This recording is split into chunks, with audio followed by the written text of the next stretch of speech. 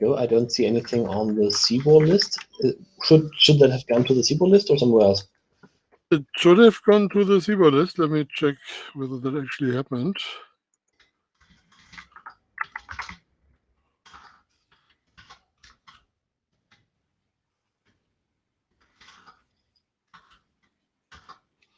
So maybe more things are broken. No, it's really it was just my mail that got hung up, and I see it now. Nobody reads my mail. No.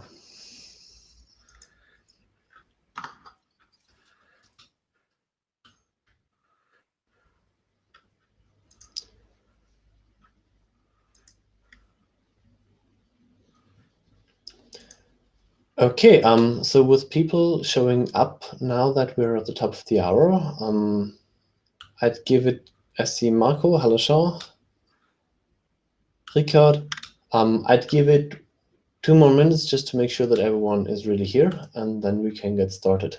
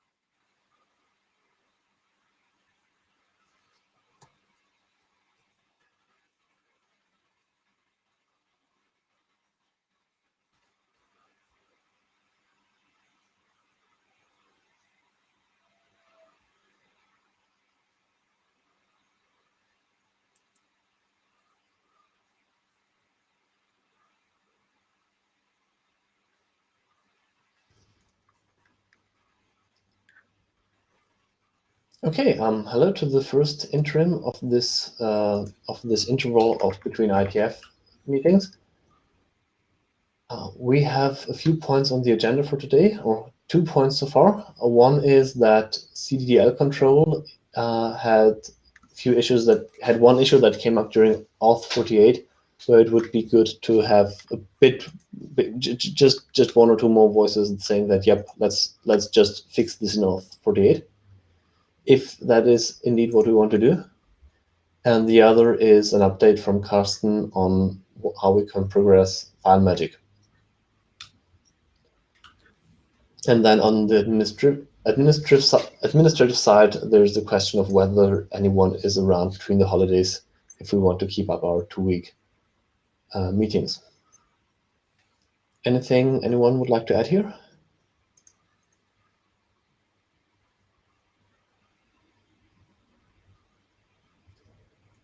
Okay, so then let's start with the auth 48 issue. Something that all of us missed in the reviews was that whereas cat is defined to accept both text and byte strings, correct me if I'm wrong, the ABNF control was not described to accept either, with the conversion that the concatenation already defines, being that binary strings have to be UTF-8 if they are to be used. And even there is an example in there that already used ABNF with bytes. So this proposed resolution here is to just change the text to allow the ABNF to have bytes in there as well.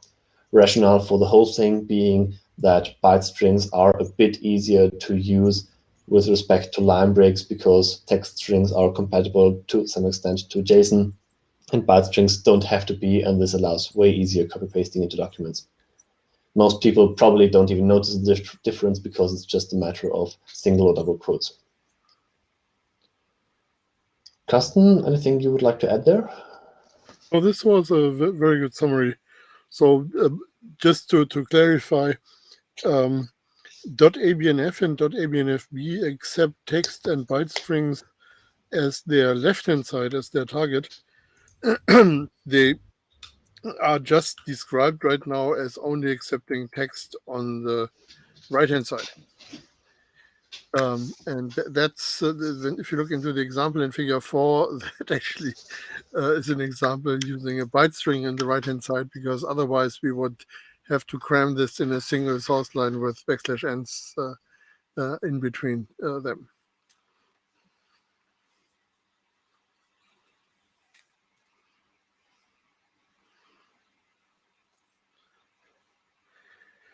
Yeah, so Ira can't be here today because of a conflict, but he said he would be happy with this change.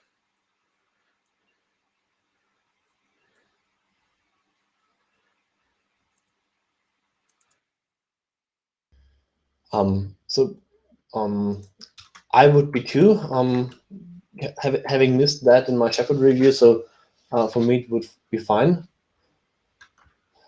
Anyone have a does anyone around have a problem with doing this in Auth48? Because otherwise, this would be what happens in the next few hours and days. I think Barry gave us till Friday to respond. Okay, I roughly remembered the 16th, but that's kind of the. Oh, maybe it was the 16th. I have to look up that mail again. And anyone speak up now or in the next day? Otherwise, this will proceed.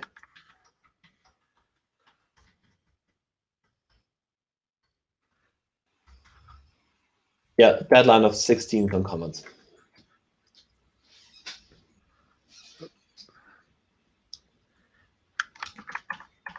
Okay, thank you. Then let's hop on to the one thing that remains to be done about FileMagick.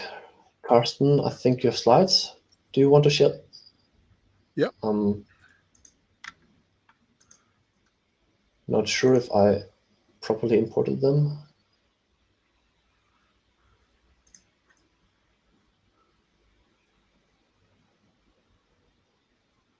Yeah, so I already described the problem at the IETF-112. Why do I have two different slide decks to choose? Because I just clicked on the import link again, not seeing that it was already automatically imported. So those should be the same. Good. Okay, so this was the state during IETF-112, where we had two tags, 55799, which is part of RFC 8949, and the new 55800. And the 800 gives us the ability to prefix the CBOR sequence with a short piece of CBOR, 12-byte, usually 12-byte CBOR data item that allows us to identify what the CBOR sequence that follows is about. So that's fine. And the mistake I made is that in the examples that explain how to use the content format tags allocated by the same draft, I actually used non-CBOR data as examples. And the text for 55800 is pretty clear that we actually want to have CBOR data there and not something else, because so we also run into issues. Do we need to have a byte string header added? And if we need a byte string header, then of course it's no longer a fixed sequence of bytes that you just add or prepend to the file. So it gets complicated. So what we said is that we will make a very simple change, which is just adding another tag, 55801, which has exactly the same meaning as 55800, except that the resulting structure is not a CBOR sequence, because there is no guarantee that what follows the 12-byte header is actually CBOR data. So we don't have an RFC yet that describes that construction, but people have been using that before because it's kind of obvious. So the CBOR sequence in RFC, what is it, 8742 or something, that defines you have a sequence of CBOR data items in one byte stream, and 55801 now would be a CBOR header where you have a single CBOR data item, and then data follows that is no longer necessarily CBOR. So that's the whole difference. And of course, data that is not necessarily CBOR might very well be CBOR. So everywhere you can use the 55800, you can use the 55801, which is slightly weird. But apart from that, I think it's a nice solution of the problem. Yeah, so the work that needed to be done is to fix up the examples and actually find examples that explain all the various combinations. And so the only almost RFC I could find where we have a content format number for a CBOR sequence is the new block mechanism out of the core working group for the dots working group. So that is now being referenced, even though it's maybe not something that you put into a file all the time. But it's the only example that where we don't have to invent something to make the example. And yeah, the one thing that you need in your library is something where you can decode a single CBOR item. It's called decode with rest in my implementation, and I actually only added that after 7049 was published, if I remember correctly, because I noticed it's actually useful. So it's slightly less than 8 years old. But I think any modern CBOR implementation should have something like this. Not in the sense of I have analyzed all of them and found most of them to have it, but in the sense of that is something you really should add now if you don't have it. So I think we are fine with that, but even if you don't have that in your implementation, you can just take the first 12 bytes and see whether this is a CBOR item. So you don't necessarily need the counting aspect that this decode with rest interface has. Yeah, so as I said, it's slightly weird to have both 55800 and 55801. And it's also slightly weird to have the content format tags change their semantics when they are directly enclosed in a 55800 or 801, because then the byte string that is being tagged there no longer is the actual representation, but the 3-byte string BOR, which together with its head becomes CBOR in a hex dump. Yeah, that's slightly weird, but I don't think it's a big problem. And the other thing that is maybe a little bit hard to explain in an elevator is that this document is about labeling CBOR data, except that we have a little rucksack for doing other content formats as well. Well, okay, it just was an opportunity to do this, and having separate documents, a separate document for 55801 doesn't really win a medal either. So that's my slight sensation of weirdness here. But I think this is fine now. So in Dash 07, I put in 55801 and the examples. And the next step, of course, is doing the reviews, because the working group last call we already had was about a previous version. And now that we have done non-trivial changes, we probably have to have some round of review again. And my question for this meeting would be, are we doing a second working group plus call for that? Or is it in the end simple enough that we can consider this working group plus call processing? But I still would like to have the reviews in any case. So Okay, where's my thank you. co-author? Not in the meeting, I think. Questions? I have two, but I'd like to go with any other questions first. Okay, then I'd start.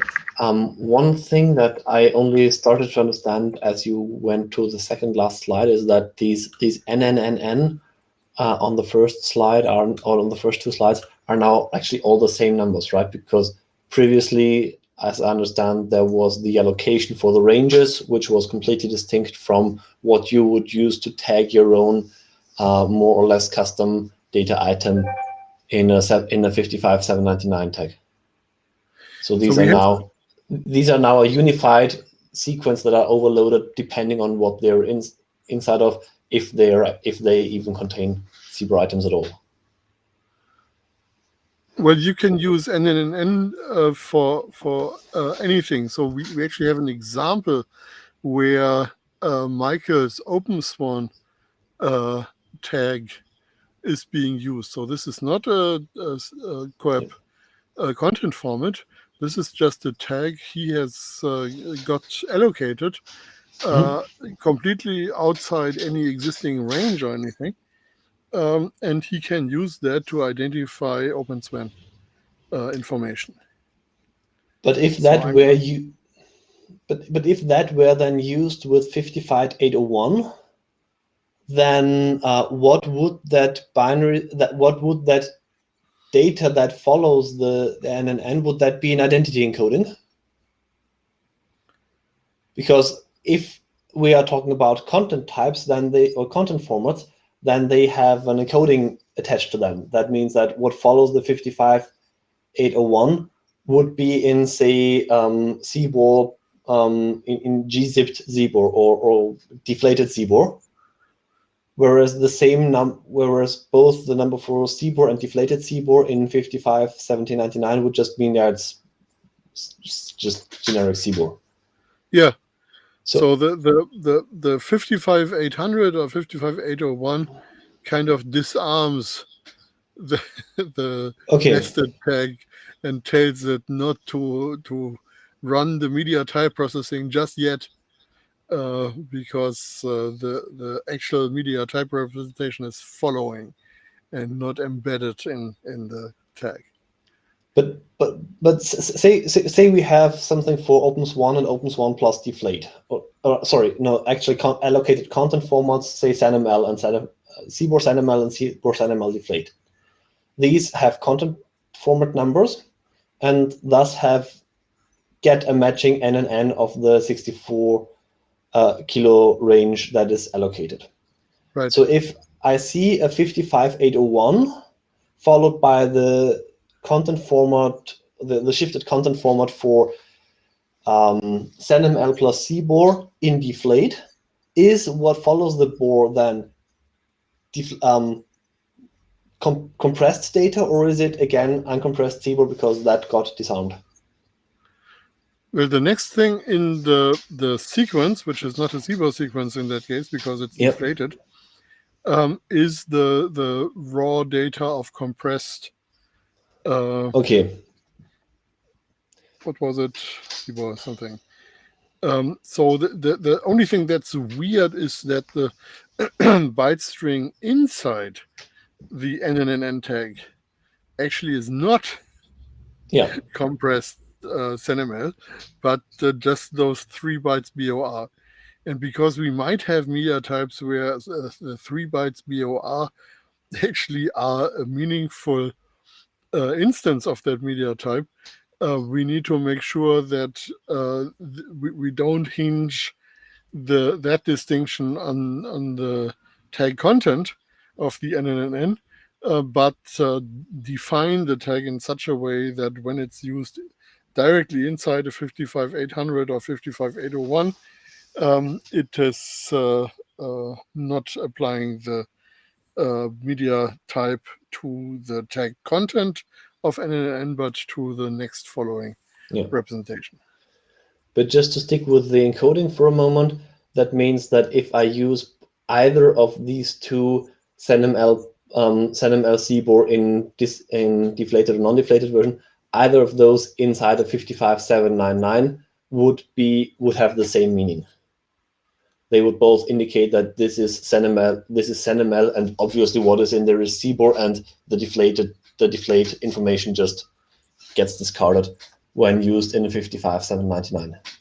Yeah, the disadvantage is that you have this byte string header which you need to generate based on the actual representation, because it has to encode the length of that representation. That's why you don't always want to use 55799. I mean, 55799 is the, oh, okay. Oh, so, oh, I see. Now that's still the.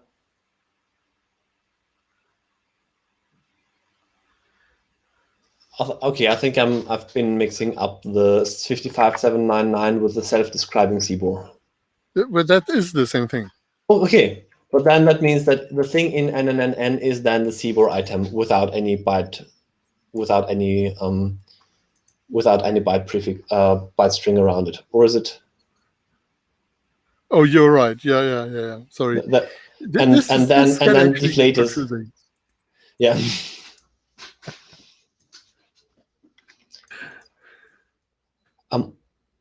I'm not so much worried about the concrete case of the NNN having different meanings. What I think that would be good for all of us to consider is what this means for the general processing model for tags, because now this, and as far as I know, it's the first time, but maybe I'm wrong here, this would be the first time when you need to process the tags from the outside, because if you start processing from the inside, you might get completely wrong, and you have to start work your way inward, and in the sense of a preprocessor,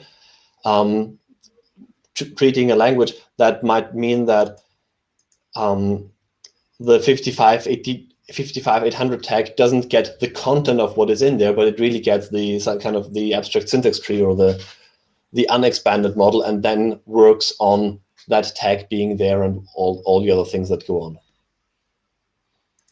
Yeah, we have that in other places like CBOR Pact, where you also need the information from the outside so you can make sense of a tag. Yeah, but you can in Pact you can at least kind of know that you have to defer processing there, because what is in there is a reference to the index, and here it starts being like, if there's anything in there, you just can't process it. But yes, Pact is to some extent precedent for that already. Yeah, I think that's a pretty good point that probably needs to be made in the text as well. So if you can write a sentence or two, I think we should include that. I'll give it a try.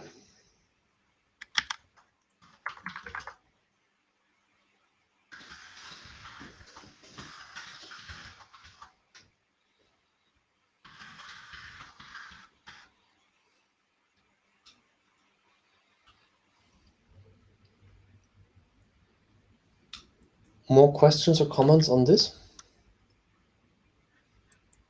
File magic in general?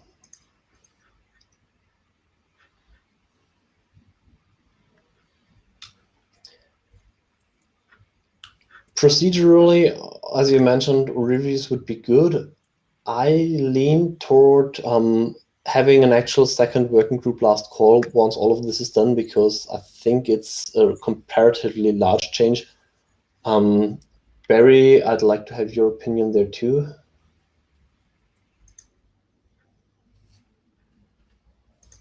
Second group last call makes sense. Okay, thank you.